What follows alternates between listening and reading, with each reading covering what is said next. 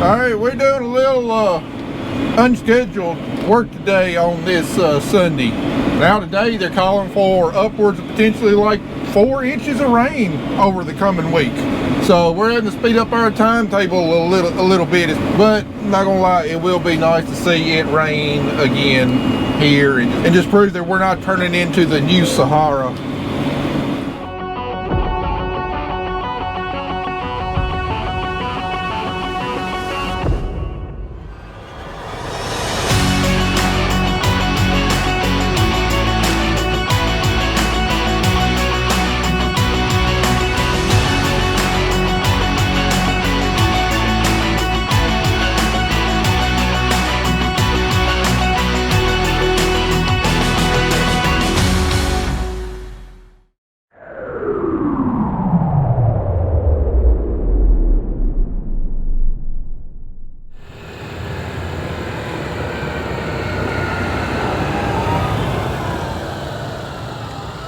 All right, I've been ripping for a few days now, and I think I've finally gotten far enough in front of Andy that we can get him started on the drill, planting cover crops, and hopefully he'll catch up to me about the time we get done with our corn ground. So first thing we got to do is get this thing calibrated.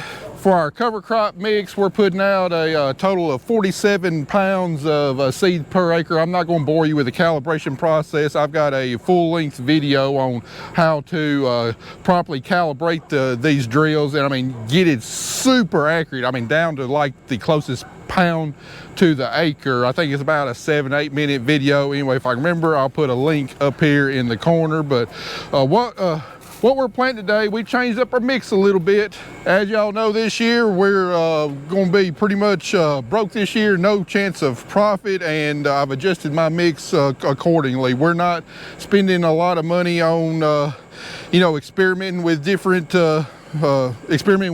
species and everything. All we're doing, we're putting out as low cost mix as we can with proven varieties that we know are going to give us the agronomic benefits that we want, and that's going to be key. We're leaving out a lot of the stuff that's I think is good. It might be worth it in a normal year, but don't think it's really going to give us the best cost benefit ratio this year. Anyway, what we've got in this mix is we're putting out 30 pounds of cereal rye per acre. We're putting out 7 pounds of annual ryegrass per acre. I think we've got 8 pounds of crimson clover per acre. And I was really torn about the radish part. Normally, I really like radish in a drought year because there's usually quite a bit of residual nitrogen left over in the soil, and the radishes really love the residual nitrogen. They grow pretty big and they offer a lot of benefits. However, it's so dang dry out here. I mean, look at that cotton field across the road. That cotton hasn't been defoliated. That is natural defoliation because I done lost track. We're about 80 days into this drought with a grand total of 1 inch of rain. The half inch of rain that we got a week and a half ago is absolutely long gone. I mean, this soil is powder on top. And these radishes, if we get them planted early enough and they get germinated, they can do good things. However, October 1st is about the deadline where we just really don't start seeing a benefit from them. And here it is, we're past the halfway point of September. There's no reasonable chances of rain in the forecast, so this stuff's not going to germinate anytime soon. So we didn't want to spend a lot of money on radishes, but I did throw some in there just in case we do get a rain, because there is some residual nitrogen out there that the corn crop was not able to use due to the drought. So we got 2 pounds of radish in there also. But we cut out the balanza clover. I think it caused issues with us planting cotton last year just because it grew too well, so went back to straight crimson clover. We cut out the flax in this mix. We cut out the rape in this mix, and then this mix is going to be planted in front of cotton. We're going to have cotton on pretty much all of our corn ground next year, and this should give us a real good weed control. The ryegrass should really help with that. Fragipan, as you can tell, we've ripped the ground, and let me tell you, this farm was hard. And now that we've got it broken up pretty good with the ripper, going to create an easier path for our annual ryegrass roots to get down there and penetrate the fragipan a little bit easier, start dissolving it, hopefully start getting yields up on this farm to where they should be. The cereal rye is going to be really awesome for wheat control, organic matter. The clover is going to be, the clover is going to be for nitrogen production for the cotton crop, and then the radish is, there to, help also break up any kind of compaction, everything, really add organic matter if we can get it germinated and get some good growth on it.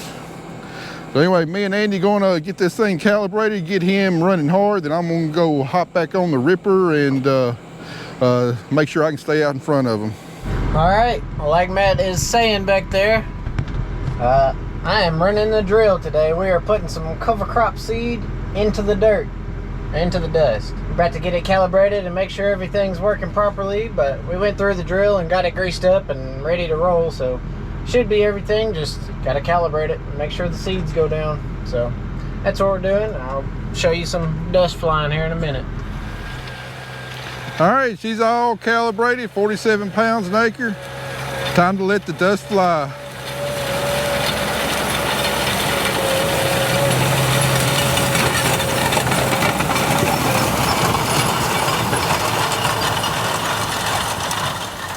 As far as ripping goes, this one little field right here was the hardest field I've ever ripped so far. You can tell it did bring up some chunks and everything. I actually wound up having to rip this little field twice, once at about 3/4 depth, and then the second pass at full depth, just because it was so compacted. Of course, had a lot of traffic. This is where we load trucks and everything, but drill's doing a really good job of smoothing it back up. And then, well, if we can ever get a freaking rain, and plenty of rains over the winter, that'll help smooth it up a little bit better. But pretty much the vast majority of the rest of my ground that he's going to plant going to be a whole lot smoother than what this is.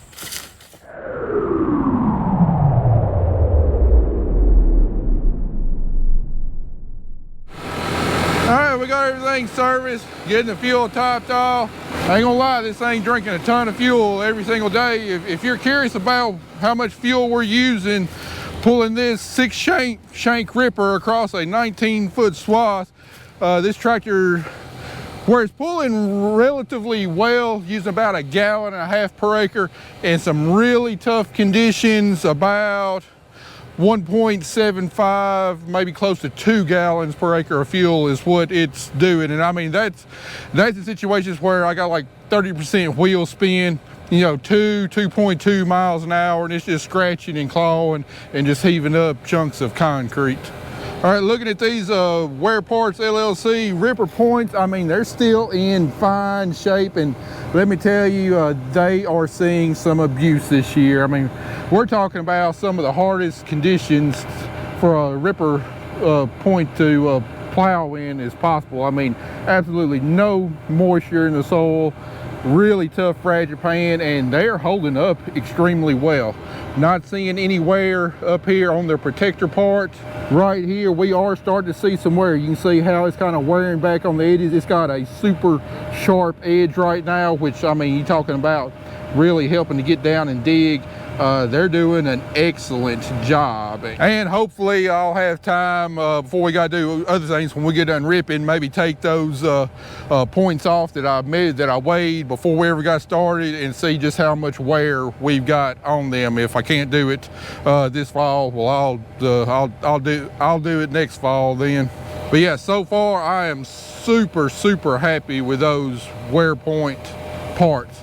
And I know right here it looks like there's a lot of surface disturbance, but we're right here at the field entrance where we get a whole lot of traffic in and out, super compacted, heaving up chunks. But then, we get out here away from the entrance, and it's pushing the ground up, leaving a nice little slot that will settle back down, especially once we get the drill run over it. I mean, just absolutely minimal disturbance. That's what I absolutely love about that Case IH 2500 ripper, is when the conditions are decent, absolutely minimal disturbance, no need to No need to have to come back with any kind of surface tillage or anything else. It's a one-pass pony and done, and I absolutely love this thing. I think it's one of the best investments I've made in a while is buying this particular model of ripper. All right, sounds like my fuel pump kicked off. Let's let the dust start flying again. These rip plots, they sure are nice for the ground, but not nice for the next operator. Woo-wee! Them jokers right there, rough. This drill is making it a whole lot easier to, or not easier, making it a whole lot better, or smoother, I guess. Yeah, I'm hoping this drill smooths all these fields back out. I can't leave sprayer ruts in a rough field. I can leave them in a smooth field all day. Woo! Turn a little sharp there, pick up. I'm sure half of y'all already know what I'm talking about when I say the seed boot bolt. Oh, you joker. It's wedged in there, but this little bolt right here has a slot in that seed tube, and if it comes out, so does the seed tube. We've already replaced, you can see the shiny one down there, and the shiny one over there, and there's one in the back, but Kelly went to go get 3 and she brought back 10, so that was a good thing. We need another one. Let's get that replaced and keep on drilling. Matt's leaving. We got our new shiny bolt in the seed tube and ready to try it again. He left me with an extra this time. So, maybe if I have the spare parts on me, nothing will break. If I'm prepared for it. Alright, well, that was not the case. At least I'm prepared, but that was not the case. Another seed bolt, or seed boot bolt came out again. I don't know why oh, we got a hydraulic leak on that wheel. Oh boy. Anyway, so our bolt came back out, and good thing I've got an extra. But since we're out already, I'm gonna check our meter wheels here. Make sure they're still about the same. And that one's good. This side's just a little bit looser than that side, so let's see. Spot on. 1 and 15-30 seconds. So at least that's not shaking around, but for some reason our seed boot bolts are. I don't know what's causing them to completely vibrate loose. Well, this one's about to come back out. This one is too. Huh.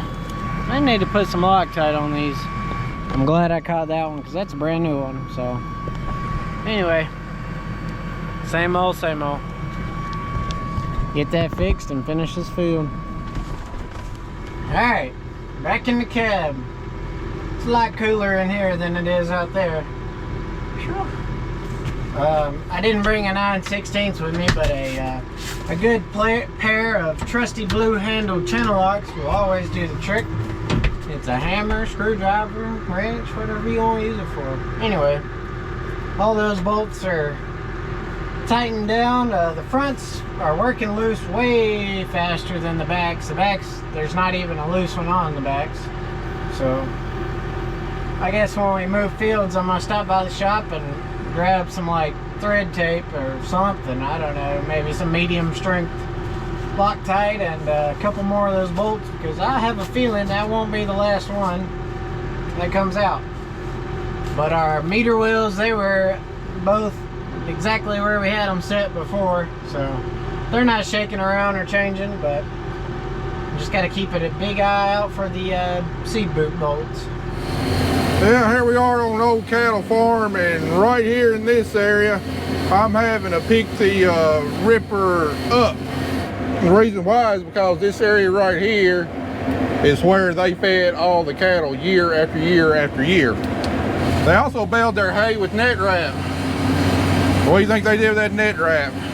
That's right. They set their bales down, cut the net wrap, and left the net wrap right there where it was. So we got years of net wrap in that area. When I took over this farm, I had a bulldozer over here, and I buried all that net wrap.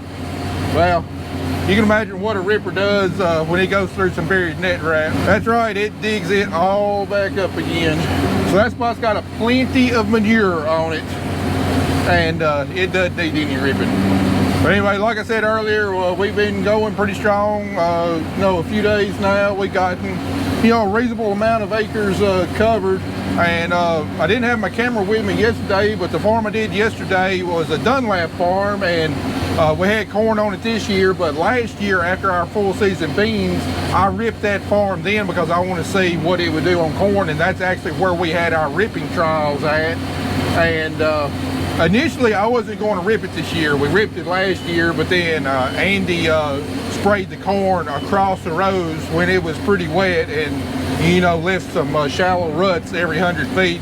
So I kind of wanted to get the compaction removed from those and hopefully fill in those ruts a little bit. And I got in there and dropped my ripper down, and I gotta say, I was shocked by how easy the ripper pulled. I mean, I was going full speed, 4.5, 5 miles an hour. It was pulling noticeably.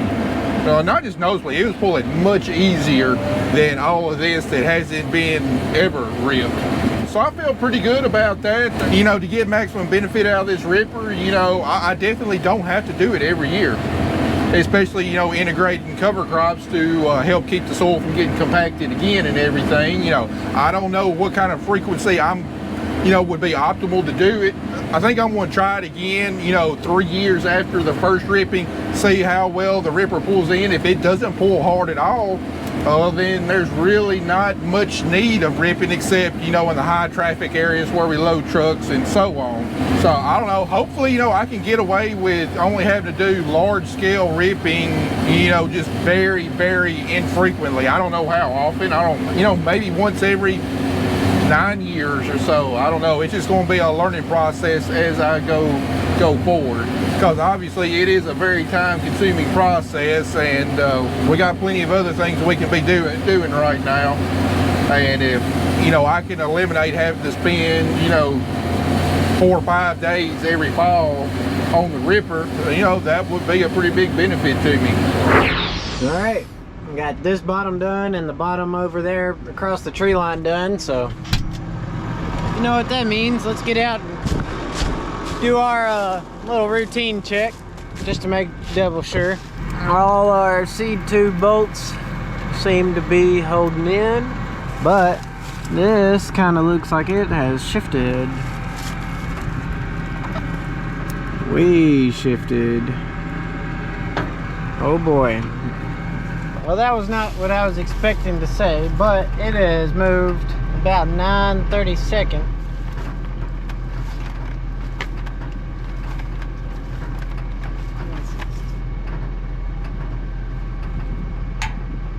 Let's go check this other side, because that one is way off. Lord have mercy. Means my left side is, it's been putting out a lot light. I don't know for how long, not for too long. My passenger side is still about perfect. My driver's side is way off, and I can't move it back. But we are pretty close to the shop, so that gives me a great excuse to go back and tap that thing a couple times with a hammer to see if it moves. It's not how I anticipated on being done with this field, but you never know. Well, if you can see over the weeds and through my dusty glass, that's our first planted field of cotton right there. And I know the sun's probably washing the video out, but I see a whole lot of white over there. That's right, it's almost time for my favorite time of the year, cotton picking season. Actually, that field tomorrow, I just talked with my crop scout a few hours ago. Tomorrow we're going to start defoliating, and that's going to be the first field we're going to do. And Defoliation is going to be a little bit different and more tricky this year than what it normally is, just because of the you know, extreme drought conditions. You know, the cotton is not really actively growing. It's shut down a long time ago. It's going to be really hard for the plant to you know, uptake the chemical and to get good activity on the chemical and stuff. So not really sure how well it's going to work, although early reports from other people that have defoliated in the area is that the defoliants are actually doing a pretty good job. The main one we're going to be using is a herbicidal activity. It's a contact, so you know, it's going to fare a lot better than a systemic product will or our hormone type products. So anyway, that field there has definitely been stressed the most from drought, and pretty much all the leaves have turned brown. It's already done a lot of self-defoliation, and I think this might be one field we can get away with just a single pass of cotton defoliant. You know, normally in the past we always done a two-shot pass. The first pass is to try and knock as many leaves off as possible, and then the second pass is to go in with our bowl opener and regrowth inhibitor.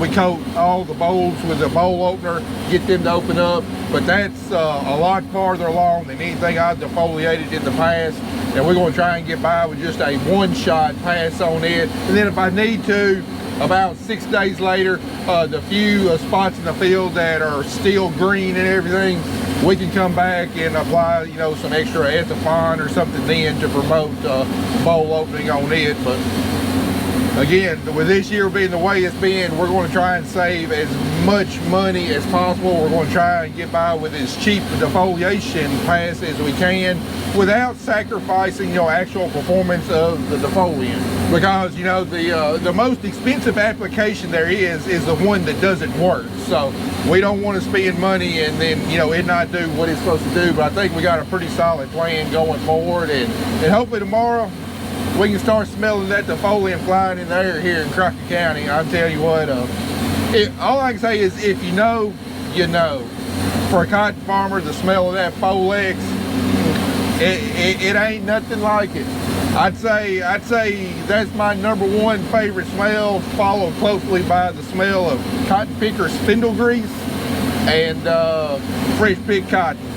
I tell you what, if Yankee Candle would come out with a scented candle of Folex and then one of cotton picker spindle grease, I'd buy them out of it. They got one, I know they got one that's called, you know, fresh cotton or something like that. It don't smell like fresh picked cotton. I don't know, maybe Yankee Candle needs to get together with me and hire me out as a consultant on their agricultural smell candles. But anyway, we're on the last little field here in Crockett County, then we'll be moving up to Madison County. We're not going to do all the ground up there in Madison County because like you saw during corn harvest, I mean, I had some fantastic yields up there. I mean, if I'm making 300 bushel corn, is there any need of pulling the ripper across the ground?